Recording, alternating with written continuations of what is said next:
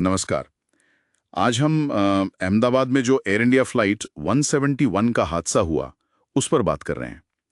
हमारे पास कुछ शुरुआती रिपोर्ट्स और समाचार लेख हैं, तो कोशिश करेंगे कि इन स्रोतों से क्या तस्वीर उभर रही है उसे समझें।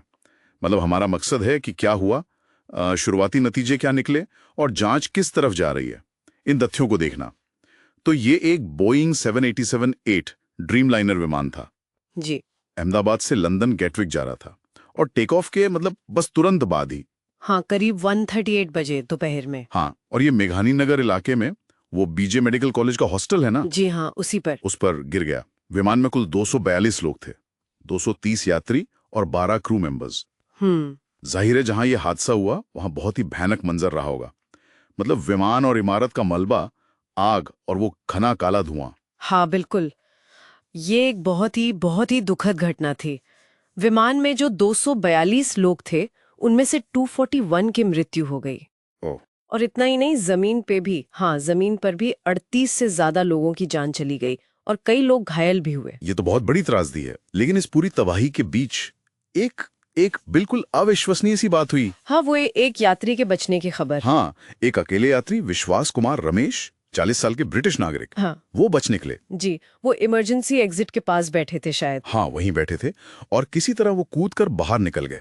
उन्होंने बाद में बताया भी कि जब होश आया तो चारों तरफ लाशें थीं। सोच कर ही डर लगता है। बिल्कुल, उन्हें मलबे से निकाला गया, फिर अस्पताल ले जाया गया। मतलब कल्पना करना भी मुश्किल है कि उस वक्त क्या महसूस किया होगा उन्होंने। वाकई ये तो किसी चमत्कार जैसा ही है ना? लेकिन फिर सवाल उठता है कि आखिर ये हादसा हुआ क्यों? मतलब जांच की शुरुआती दिशा क्या है?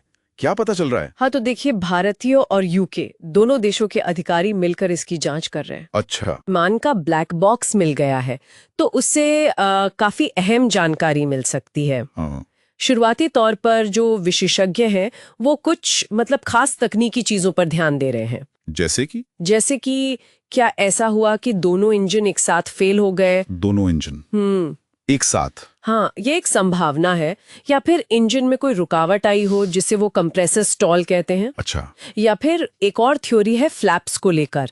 विमान के पंखों पर जो फ्लैप्स होते हैं ना, हाँ, जो टेक ऑफ और लैंडिंग में मदद करते हैं। बिल्कुल, तो हो सकता है वो ठीक से काम नहीं कर रहे थे या फिर उनकी सेटिंग कॉन्फ़िगरेशन गलत थी।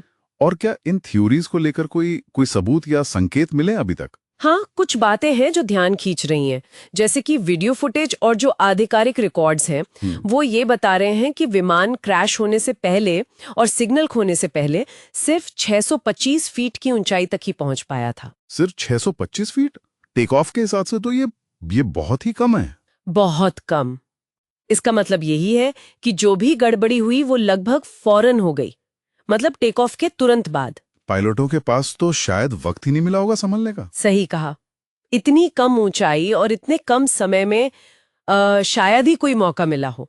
और एक और बात, एक पूर्व पायलट ने भी वीडियो देखकर कहा है कि ड्रीम लाइनर के फ्लैप्स जो हैं वो सही पोजीशन में नहीं लग रहे थे। अच्छा, तो ये कम ऊंचाई और फ्लैप्स वाली बात, ये दोनों मिलकर किसी गंभीर तकनीकी खराबी की तरफ इशारा कर रही हैं। हाँ बिल्कुल, ऐसा लगता है कि कोई बड़ी तकनीकी समस्या टेक ऑफ के एकदम शुरुआती स्टेज में ही आ गई थी। इस हादसे के बाद फौरी तौर पर क्या कदम उठाए गए? एयरलाइन ने, बोइंग ने क्या कहा? देखिए, बोइंग ने ये कंफर्म किया है कि ये 787-8 विमान का 11 साल की सर्विस में पहला ऐसा घातक हादसा था जिसमें विमान पूरी तरह नष्ट हो गया, जिसे हल लॉस कहते हैं।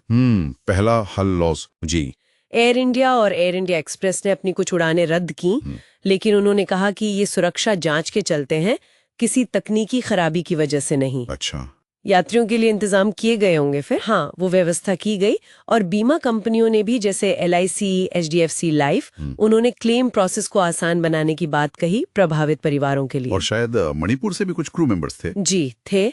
तो वहां अधिकारियों ने अपील की कि उनके पार्थिव शरीर जब लाए जाएं तो सब लोग एकजुटता बनाए रखें। समझ गया। तो कुल मिलाकर देखें तो ये टेक ऑफ के फौरन बाद हुआ एक बहुत ही विनाशकारी हादसा था, जिसमें वो एक व्यक्ति का बचना वो वाकई एक चमत्कार है। हाँ। और जांच अब पूरी तरह से तकनीकी कारणों पर फोकस कर रही है, खासकर इंजन और फ्लैप्स पर।